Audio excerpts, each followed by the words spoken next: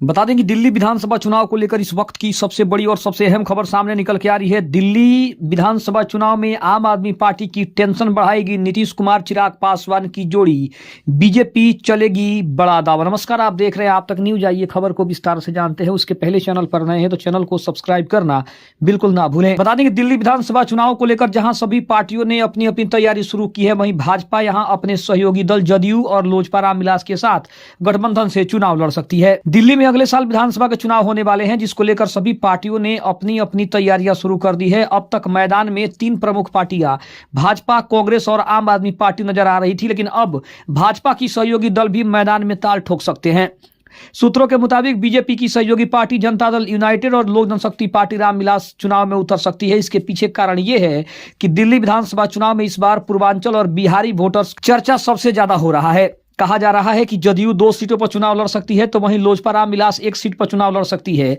दिल्ली की बुराड़ी और संगम बिहार विधानसभा सीट से जदयू का उम्मीदवार लड़ सकता है। हालांकि इसका अंतिम फैसला होना अभी बाकी है, लेकिन जल्द ही इसको लेकर जदयू और भाजपा के नेताओं की एक बड़ी बैठक हो सकती है। सूत्रों की माने तो जदयू का उम्मीदवार बुराड़ी विधानसभा सीट से चुनाव लड़ सकता है। यहां पर पिछले 2020 के विधानसभा चुनाव में आम आदमी पार्टी के संजीव झा ने बाजी मारी थी।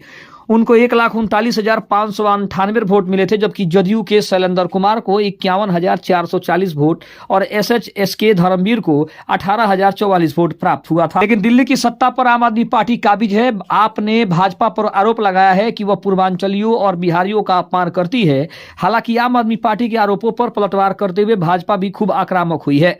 इसके लिए बीजेपी ने बिहार के उप मुख्यमंत्री सम्राट चौधरी को आगे किया है। सम्राट चौधरी ने आम आदमी पार्टी को जवाब देते हुए कहा है कि अरविंद केजरीवाल ने कोरोना के समय बिहार के लोगों के वापस जाने के लिए कहा था, और आम आदमी पार्टी ने जेपी नड्डा को लेकर कहा था कि वह भी बिहार में पैदा हुए हैं और वहीं पले बड़े हैं। सम्राट चौधरी ने बिहार के लोगों को से अपील भी की है कि वे लोग केजरीवाल के झांसे में न आए और बिहार के लोगों की क्या ताकत है, बिहारियों की क्या ताकत है, उन्हें चुनाव में दिखानी होगी। इसके अलावा बात करें तो लोजपा रामविलास के राष्ट्रीय अध्यक्ष और केंद्रीय मंत्री चिराग पासवान ने साफ तौर पे कह दिया है कि नीतीश कुमार और उनकी जोड़ी अब की बार दिल्ली के विधानसभा चुनाव में सुपरहिट साबित होने वाली है। और इसके पीछे का कारण भी बताया जा रहा है कि बीजेपी वहां एक नया चाल चल सकती है, क्योंकि पूर्वांचलियों और बिहारियों का वोट अपने पाले में करने के लिए बीजेपी चिराग पासवान को आगे करना चाहती है, क्योंकि चिराग पासवान की पकड़ आज की राजनीति में सबसे ज्यादा है और उनके सहयोगी दलों में सबसे भरोसेमंद साथी चिराग पासवान है। इसीलिए चिराग पासवान के ऊपर ही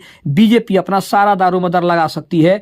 और जहां तक सीटों की बात करें तो अभी तक तो सिर्फ 1 सीट पर ही चुनाव लड़ने की बात कही जा रही है, लेकिन चिराग पासवान और उनकी पार्टी ने ये इशारा किया है कि अगर गठबंधन से बात अगर बन जाती है तो पार्टी 1 से ज्यादा सीटों पर चुनाव लड़ने के बारे में भी सोच सकती है। हालांकि पार्टी का अंतिम फैसला अभी आना बाकी है और देखना दिलचस्प होगा कि नीतीश कुमार और लोजपा रामविलास के राष्ट्रीय अध्यक्ष चिराग पासवान की पार्टी को कितनी सीटें दिल्ली विधानसभा चुनाव में लड़ने को मिलती है। खबर कैसी लगी कमेंट में जरूर बताइएगा। तब तक के लिए धन्यवाद। जय हिंद, जय भारत।